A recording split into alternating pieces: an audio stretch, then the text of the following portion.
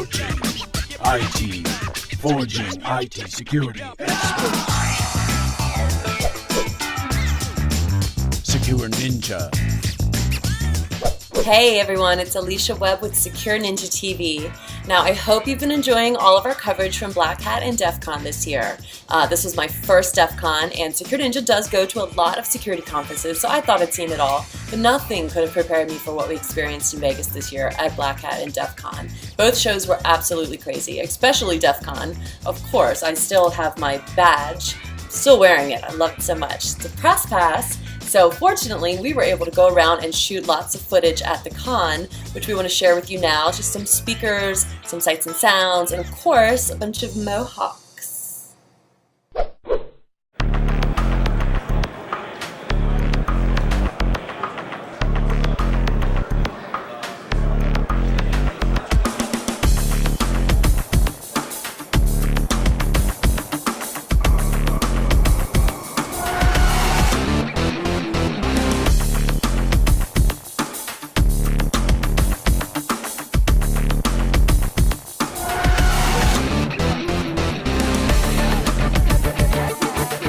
Hey there, it's Alicia Webb with SecureNinjaTV. I'm here at DEFCON 20 and I am in the Lockpick Village. And I ran into a very interesting couple, Danny and Monica.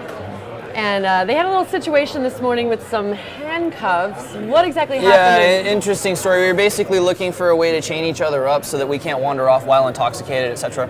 So we went to the adult emporium and found some handcuffs that were just a little bit defective.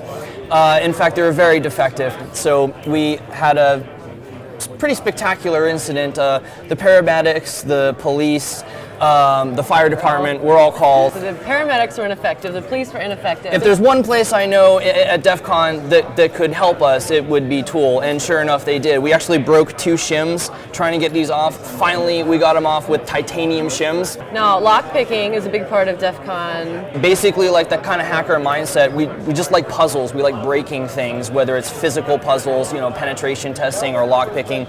It's just part of the culture.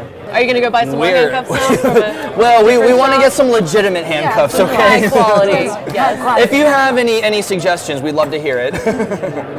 Buy online.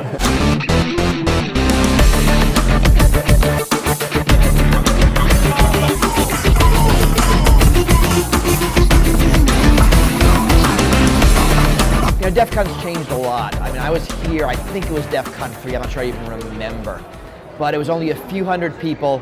It was a lot more wild, it was a lot more informal, it was a lot more real hacking. I mean, now it's 13,000 people here. A lot of them just want to be near hackers. I mean, you've got really interesting talks, really interesting hacks. Capture the Flag is sort of better than it's ever been. But there's a lot more sort of regular people who are professionals. So the people who come in back 15, 20 years ago are still coming, but they got real jobs. I remember times where the days of Spot the Fed, when there'd be the giveaways and Jeff Moss would say, I got the key to the Microsoft cafeteria. Or someone would produce the printout of everyone in the hotel and what room they were in.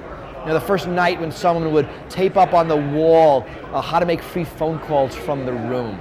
And that's what DEFCON was like. It was much more wild. And we moved from hotel to hotel because people didn't want us. We got a reputation. It really wasn't until we got so big that the hotels made so much money that they're willing to overlook kind of what DEFCON is. It's still a lot of fun, but wow, is it big. It's changing the community. I mean, in some cases it is detrimental. There's a lot more badness going on here at DEFCON just because there's so many more people. There's stuff that happens with 13,000 people, doesn't happen with 300. On the other hand, this is a really strong, vibrant community within this community. And that's good, right? And the hacker spaces and the other cons and the other venues, the DEFCON Kids here is fantastic. There's a lot of great things being done at DEFCON and at the other hacker communities. It's good for society, right? The society needs hacking, right? And it really isn't that hackers, I guess it's less that hackers have gone mainstream, that mainstream's caught up with hacking, right? Everybody uses a computer. That wasn't true 15 years ago. Everyone has a cell phone. Everyone has wireless. Everyone has a Facebook account, right? All this stuff that was cutting edge is now normal. right? And it was Clay Shirky that said this. Technology doesn't get socially interesting until it gets technically boring, right? And that's the world we're in. And in that kind of world, hackers are really valuable.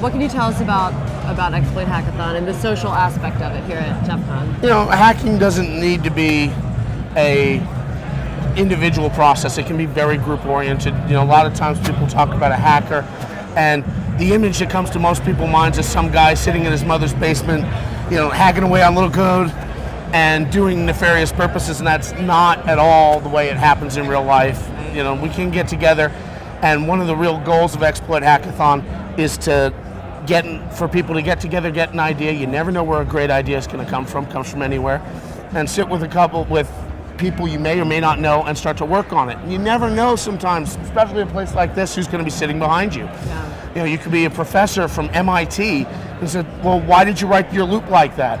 Well, I wrote the loop like that because of, and he can say, "Well, you know, if you change it this way, it's going to be more secure. It uses the memory better, or show you a different management utility, a different way to put it through a routine, so that it makes a lot more sense or works better programmatically." And you learn something. Or the person next to you could be someone who says, "I've never used that function before. What's it do?" And you get a chance to pass on the mentoring the same way that you learned something from somewhere else down the line. Now you get to pass it, and maybe they get it nice and early in their career, or it helps them overcome a stumbling block that gets them really into coding. Right. So besides the learning aspect and the collaboration, what are some of the good things that could come out of the hackathon? We could get the whole idea is to get a useful tool out of it that then goes out to the community. Mm-hmm. And then hopefully a pen tester or sysadmin can use it, and it saves time out of their day. And if you save 5 minutes from 25 people, that's a lot of time that didn't have to be wasted doing the same thing over and over again. Definitely. Or you can take something, and sometimes you have a high-level exploit that it takes somebody who's practically got a degree in computer science and and electrical engineering to understand how it comes together. But a great coder who understands that can look at it and put it into a format that anybody can use on a daily basis. Now some say weaponize, I hate that term. You're creating a tool to test for a problem in most cases. Right. And a tool is a tool is a tool, just like a hammer is a tool, so is the code. If you put a hammer on the table, it's going to build nothing, it's going to break nothing, it's going to hurt nothing. If you put code on the table, it's going to do nothing until somebody takes it and uses it for a purpose it may or may not have ever been intended for. Right.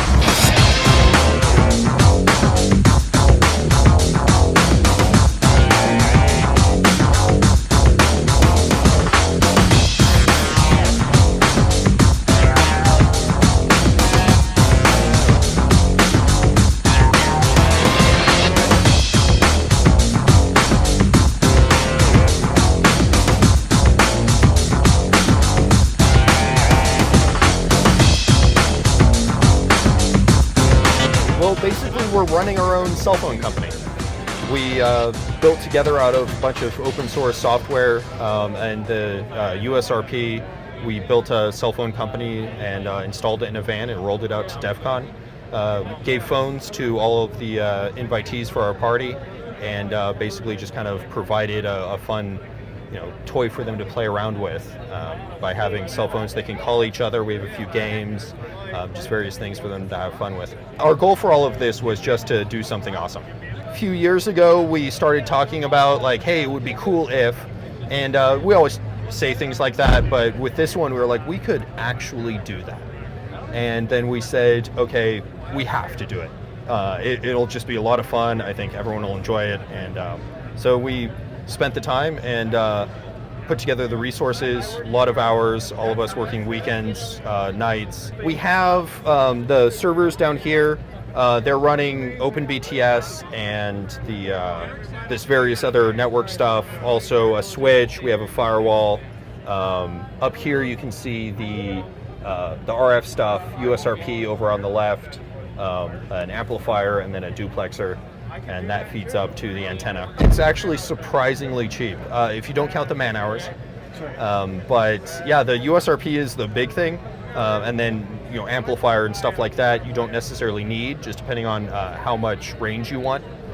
We were able to do just with the USRP, we could cover a house or a few hundred yards. With the amplifier, obviously you get more range. That an antenna makes it even bigger, but it is surprisingly cheap with OpenBTS to run your own cell phone network. So this is our last party. Largely, we've kind of reached an apex.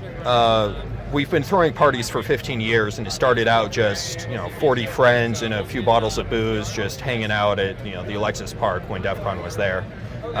Then it got bigger and bigger, more people wanted to show up, and then vendors came by, sponsors said, hey, we want to give you money in order to throw this party, and it's gotten bigger and bigger.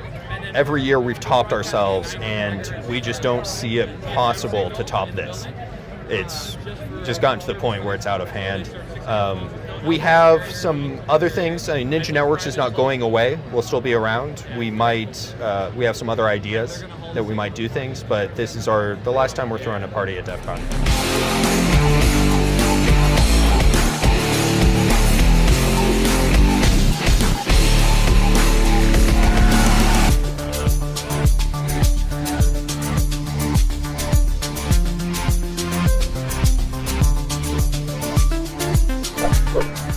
Secure Ninja Shorts are brought to you by SecureNinja.com, a world leader in information security and IT training and certification. Our master instructors will help build you into a highly skilled and marketable security professional.